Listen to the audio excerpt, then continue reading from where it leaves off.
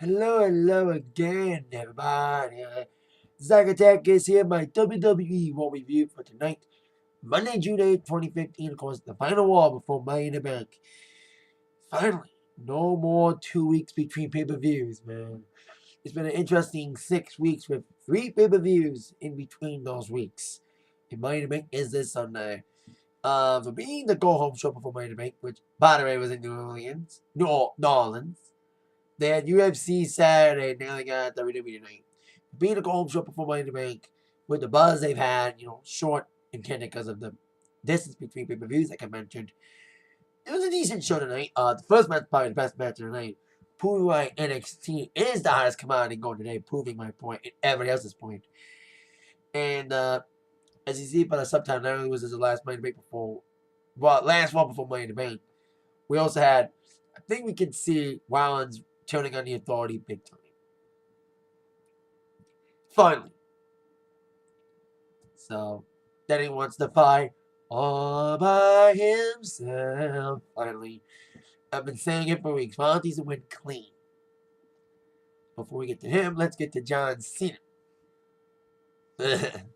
Thought this show, Saturday night's main event show. I went into this, I think it was March of 06 at Cobo Hall. Right before WrestleMania 22.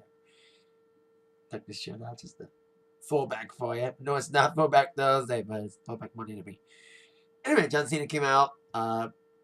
He was trying to issue his open challenge for the U.S. title since Kevin Owens, who will face Cena this Sunday at Money in the Bank, had his own open challenge for the NXT title this past Thursday. But, aforementioned Kevin Owens thwarted Cena's efforts to try to start the open challenge. And I love their little promo again. I love the promo last week. And I like the promo tonight once again. And Owens was like, okay, we're going to see what superstar is going to come out and accept whose challenge. We had Neville come out. Now, a few weeks ago, Neville did challenge Cena the open challenge for the U.S. title, which ended when Rusev got involved. This is when Cena and Rusev were still feuding.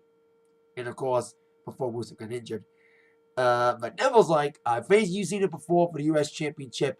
As much as I would love to be U.S. Champion, I want to defeat NXT Champ Owens, because you have two of NXT's finest.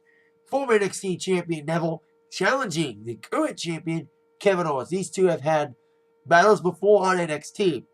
And as I said at the beginning, this was the match of the night. If you could call anything on Raw good or even great, this is it. Proving once again why me and so many other people are calling NXT the hottest commodity today.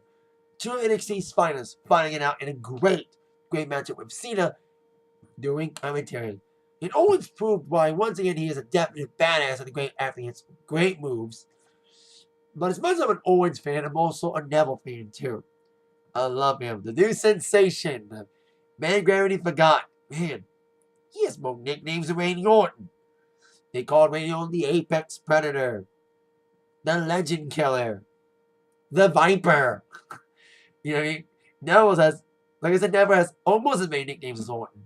Orton has 3. Neville only has 2. He doesn't have a third nickname, which is Dumbo, because of his ears. But hey, don't judge a book by its cover. He's a great athlete. And he proved it again tonight against Owens. Fighting off Owens' barrage of big moves. But he could not fight off the biggest move of all. The pop-up powerbomb, which spelled his demise. 1, 2, 3 victory for Owens retaining the NXT Championship. Now, when it comes to Owens, he's on the main roster for good now. He's still doing NXT shows, so I'm guessing he'll lose the NXT title soon. I'm guessing he'll lose it to Finn Balor, as we all know they advertised the match between those two to be televised on the network from Japan during a WWE house show in Japan. They're only going to broadcast that match, and that's why I think Finn's going to win the NXT title. But I'm going to NXT house show on Thursday, which Friday. I can't wait. I'm going to travel to Cleveland, Ohio. I live in Detroit, and I want to see NXT so bad. I'm traveling all the way to Cleveland. So I'm looking forward to seeing NXT live, including Finn and of course Kevin Owens. So it's gonna be a fun show Friday. But let's get to this Raw. After a great match between Owens and Neville, Cena and Owens almost got competition again. I like the teasing it and not having him get physical. Kind of like what happened with Cena and Lesnar's feud back in 2012. And also last year, too, before SummerSlam. They never got real physical. Just teasing the fans to watch the network, especially new subscribers, for free. Anyway, on to our next matchup after that. Summer Rae against Nikki Bella. No Twin Magic again tonight, as she did last week against Paige. Because of that, Paige gets another shot against Nikki this Sunday at Money in the Bank. Will Twin Magic play a role in the match again this Sunday? We shall see. But like I said, it was a silly little diva squash. No Twin Magic, but a big victory, if you can call it a big victory, for Brie Bella, beating Summer Rae way too fucking easily. Whack attacks, moves, 1, 2, 3 victory for Nikki Bella. Now on to our next promo. It's kind of a very long promo that involved all but one of the 7 competitors of the Money in the Bank ladder match. Even R-Truth came out during it. Even his comic relief didn't do much. It was funny though, but there's just a really long little promo with Kane trying to say shit.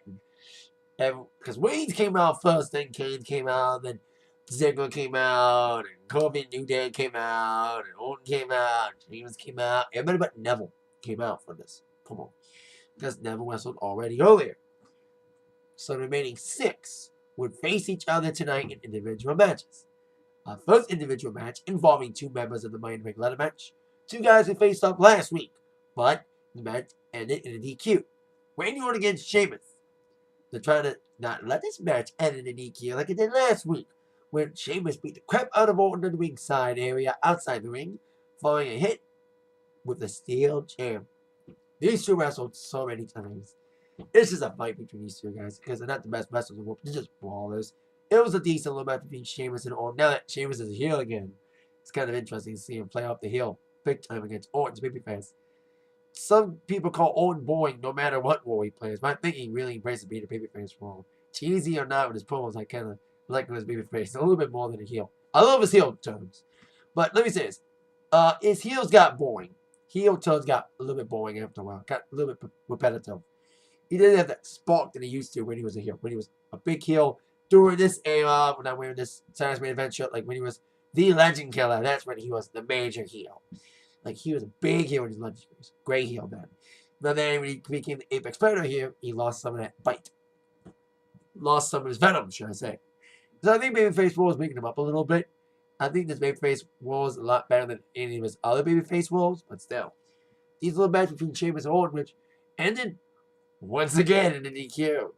This time, it was Orton who delivered the DQ, giving Sheamus a piece of his own medicine, fighting outside the ring, waving a chair at Sheamus' face, and beating his ass outside the ring like Sheamus did to him last week, telling him the announce table, leading up to an all-KO in the ring, with Orton being the last one standing.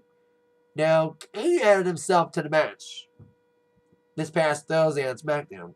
So that means we have not 1, not 2, but 3 former Money in the Bank winners competing in the Money in the Bank ladder match. Randy Orton, Dolph Ziggler, and Kane. Of course, Kane cashed in Money in the Bank I think he cashed it in that night, if I'm not mistaken. I think it was 2010. He cashed in on Rey Mysterio that night. I think, yeah. The Money in the Bank, he cashed in on Rey Mysterio after a title match. And then Orton cashed in on Daniel Bryan at SummerSlam 2 years ago when he won the title, Money in the Bank winner, and Dolph Ziggler won in 2012. He cashed in on the WWE and the War After Mania in 2013. Now, we shall see who will be Money in the Bank this year. Looks like Reigns. He's the favorite. It looks like the Billy will be the favorite again. Royal Rumble deja vu. Hope it doesn't end up being in WWE's face again like at Royal Rumble this year. Making Reigns the favorite, everyone's shitting on it.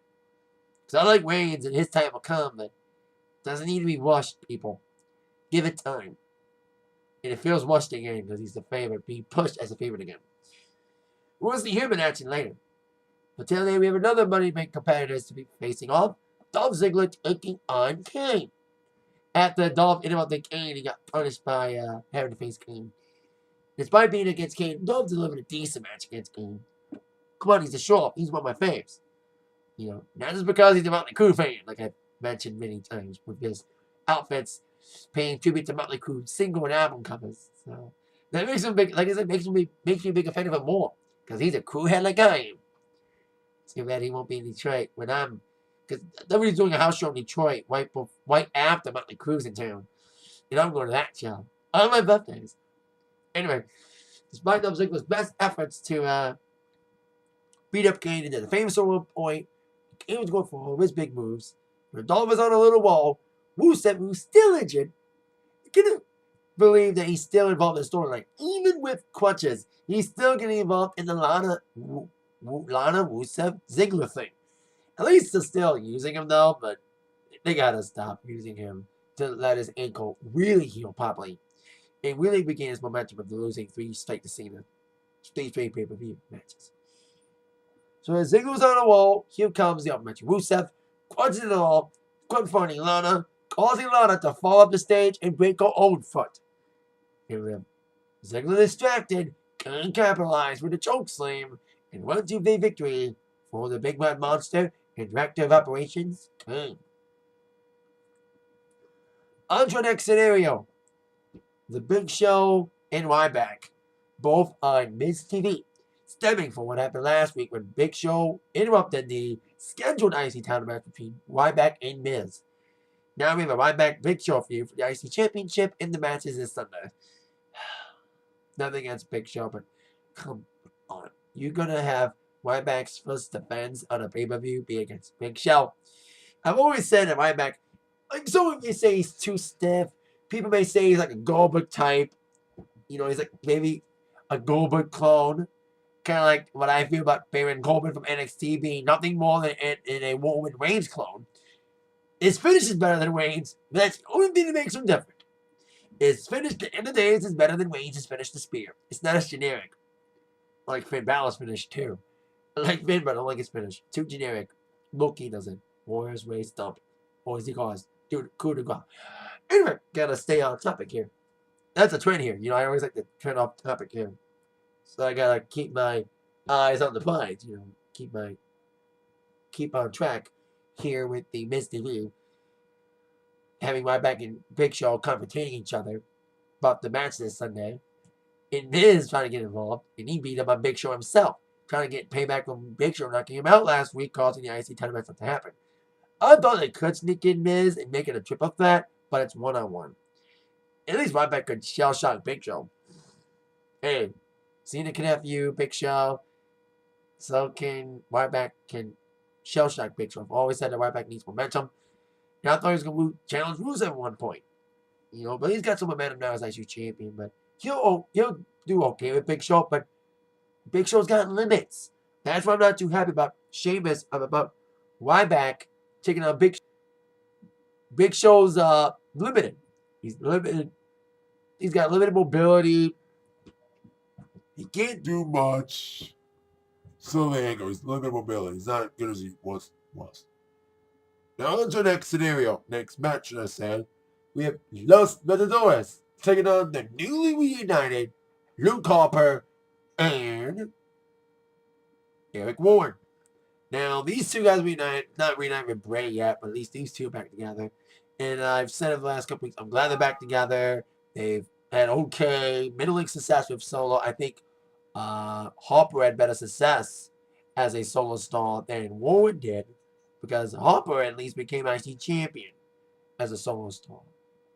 But now I'm glad they're back together again. They're wreaking havoc on the tag team division again, like they did last year against the Usos in the Shield and all that jazz. Of course, they got a new finish. Well, actually, a new old finish. They're calling it The Way, but we wrestling fans know that as the 3D, the Dudley Dead Drop. Yes, they're using the 3D. Now, I saw a team, I forgot who it was recently, but I think it was like Ring of Honor or New Japan, I forgot where it was, because I'm watching New Japan too. I saw a team do the Doomsday Defies finish, you know, LOD's finish. So if somebody can do LOD's finish, Harper and Warren can do the 3D finish. It's gonna their way, but it's the 3D, a modified 3D to fit their mode. So there you go with that. Decent match, a little bit of squasher, but still. Harper Ward dominating the tag team division. The point of tag teams on warning. So Ward's opponent, Harper, is a great competitor.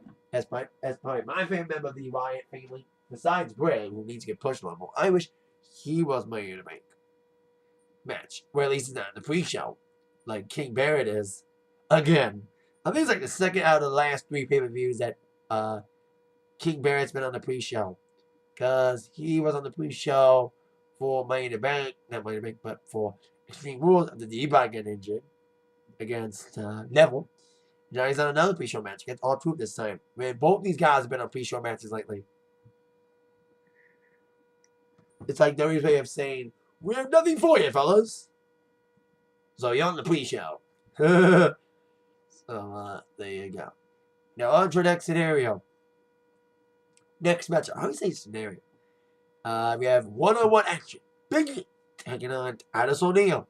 Of course, the New Day, NDP Pacific, the New Day members that will be defending the tag team titles will be Biggie and Xavier, since Kofi will be in the Money in the Bank ladder match.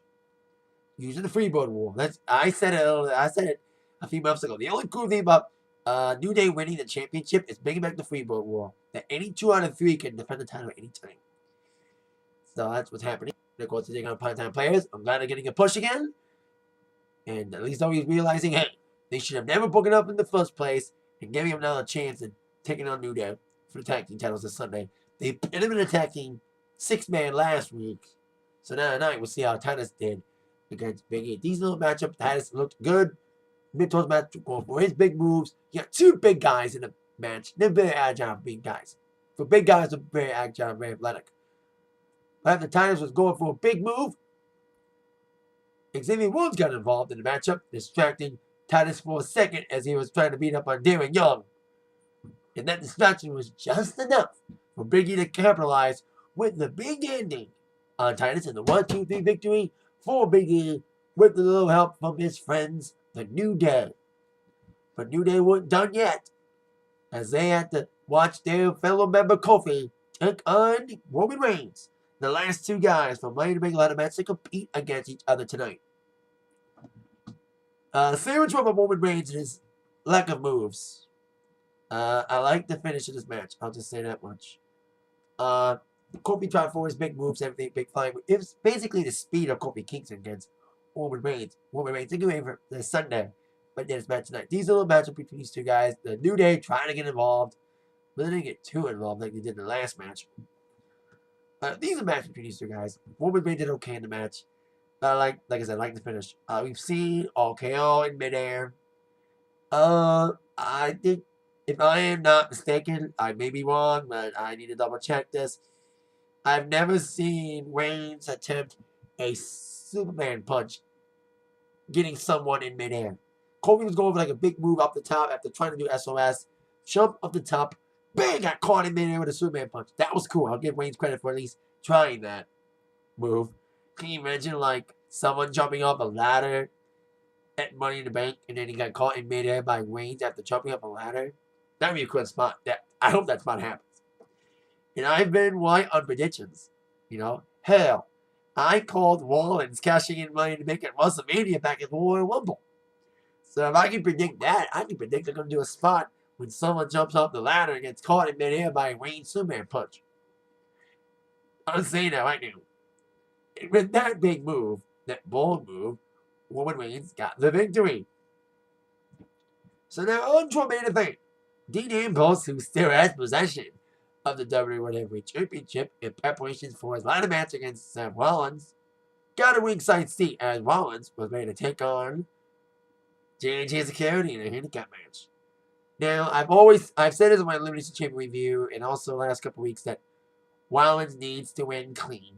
I just read an article today that his title reigns has been tainted by the way he's been winning. I'm not the only one feeling this way. I love Rollins. He's a great athlete, but he needs to win clean. He doesn't need to rely on the authority and interference and screwy endings to keep his fucking title. You know what I mean? I said in my Elimination Chamber review, like I said, if Cena can lose clean, Rollins can at least win clean.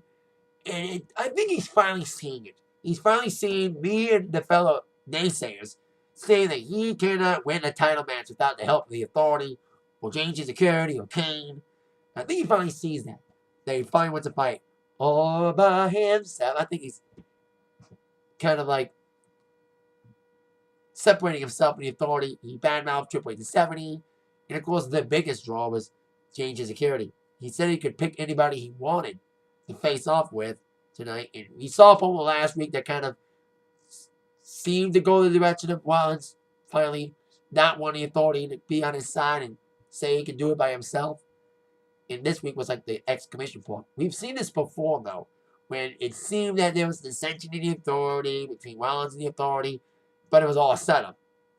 It was against Orton before WrestleMania, but there's just no setup. There is some dissension. As well as, like I said, isolated himself from the Authority. He slapped the taste out of Jimmy Noble's mouth. Even Joey Murphy, the quiet one, said something that's going to try to kick his ass.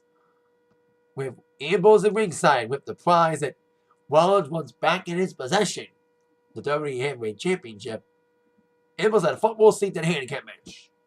Now, James Security, make fun of all you want for being cronies. They like to call themselves Shield 2.0. I call them Stooges 2.0.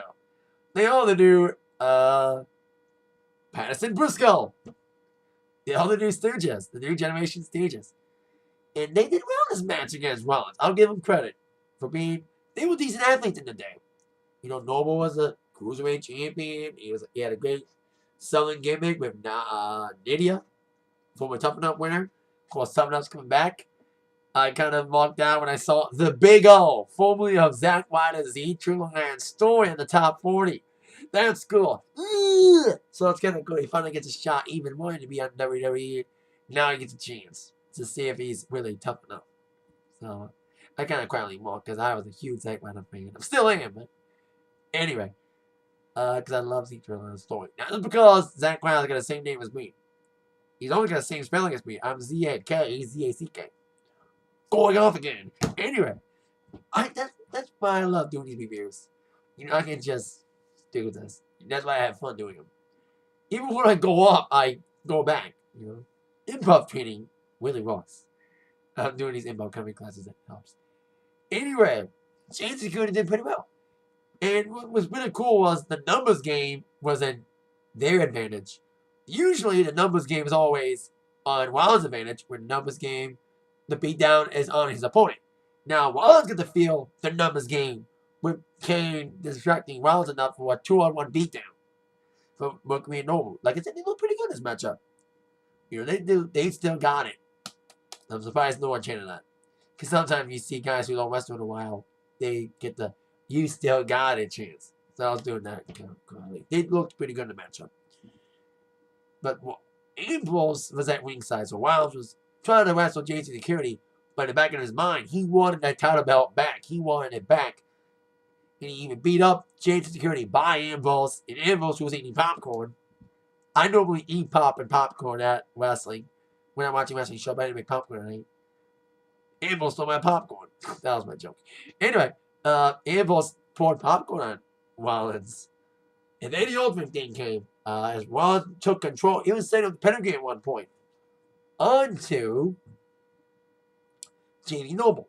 But then Ambrose, who, like I said, was at ringside football, jumped the barricade. He threw the belt in the ring. He's like, Rollins, you want the belt? Here you go, bitch. Threw the belt in the ring. And Rollins finally had possession of the belt. But as he was celebrating his reunion with the title belt, Noble, who tagged in Mercury without Mr. Rollins knowing it because he was getting his belt back, got caught off guard by Mercury sneaking up from behind, rolling up Rollins. 1, 2, 3. JJ Security beat Rollins. We were always talking about all-night protection from. we're already talking about Rollins' tainted title reign already looking bad with him having to rely on the Authority, helping him win his matches. But now you got him losing to JJ Security just 6 days before Money in the Bank. That's not a good way to make your champion look good. To try to make him look good. You know, you're making Ambrose look good here. And I love Ambrose. I hope Rollins wins. But no matter what happens, it's going to be a fun match. I just hope God there's no interference. At least Rollins is trying to say there's going to be no interference. I hope he keeps his word that he won't have anybody helping him. That we need a clean finish this time. Because this ladder match is prey to interference. Hello, King got involved Money Bank ladder match to help Rollins win the briefcase last year. Hopefully it doesn't happen again with Rollins needing help to win the match again. But after Rollins got caught off guard, he had the belt. You know, he's like, I lost, but I still got the belt. But only for one brief shining moment. Because right from behind, bang, here comes Ambrose. Dirty deeds. Done cheap. I always say that move, and I always forget to mention the done cheap, like, because I'm an AC/DC fan. Because after the dirty deeds, Ambrose got the belt again. He went off his belt again. So at least Rollins, for only a brief minute, got the belt back. But he may not be seeing the belt again in his possession until he has to climb that ladder without any interference and without any help this time, hopefully, against Ambrose in the ladder match this Sunday at Money in the Bank. So you have that match. You have Cena Owens. IC title match by Big Show. Divas match, Nikki Bella against Paige. Tag team title match, New Day against Primetime Players. And of course, the Money in the Bank ladder match. Right now, it's still 7 guys. There was no new addition. It's going to remain 7. Sadly, it's going to be an odd number again. Dolph Ziggler, Roman Reigns, Randy Orton, Sheamus, Kofi Kingston, Neville, and Kane. I think Roman Reigns could win. Just because he's the favorite right now. And like I said, WWE's trying to push Reigns again so hard enough. Roads like the Royal Rumble. We'll see how that ends up if they haven't been winning Money in the Bank again. It'll be the first time anyone got booed winning Money in the Bank since CM Punk won 2 years in a row. Back in 09, the second time he won, he got booed. That's damn this terrific heel turn in 09. Because a lot of people jumped on his bandwagon after the whole 2011 pipe bomb. But I was a fan of him since I was a fan from the beginning. And I love this heel turn starting in 09. I wasn't one of those people that jumped on the bandwagon after the pipe bomb. I was there from the beginning as a heel. I've always liked him. Not just liked him just because of that pipe bomb. So I love that pipe bomb, but I didn't join in like other people did after he did it. I was in before he did it. I just want to say that. For the record. So we'll see what happens at Money in the Bank this Sunday on the pay-per-view. And of course, the WWE Network. Once again, another free month. So you don't get sick and tired of doing those free months. Hey, Hulu does it. Hulu does free trials every fucking month. So does Netflix. So why can't WWE Network be a free trial every month? But for WWE fans, free trial means desperation to get new subscribers. If people just get the free trial, then cancel it. So there you go. That is it for my Raw review for tonight. Thank you very much for watching. I probably won't make a Money in the Bank review on Sunday because I won't watch it live. I have to have a DJ gig Sunday. So I probably will talk about the Money in the Bank. I'll watch it on the network. I'll make as many cheap plugs as they are. But I'll probably watch it on demand on the network after, and I'll probably talk about it on my Tech Sports next Monday. Probably. And of course, I'm going to an NXT house show on Friday. I probably may make a review video of it, but I'm going to be going to a gig the next day. So I'll probably talk about the NXT on Monday as well. I can make like a W only Tech Sports on Monday. Talk about the NXT and my thoughts on Money in the Bank. I can make a big giant Attack Sports about that on Monday. That's what I'm probably going to do. We'll see what happens. With all that in mind, you've been attacked by the review from Zach. Thank you for watching. See you later. Yeah.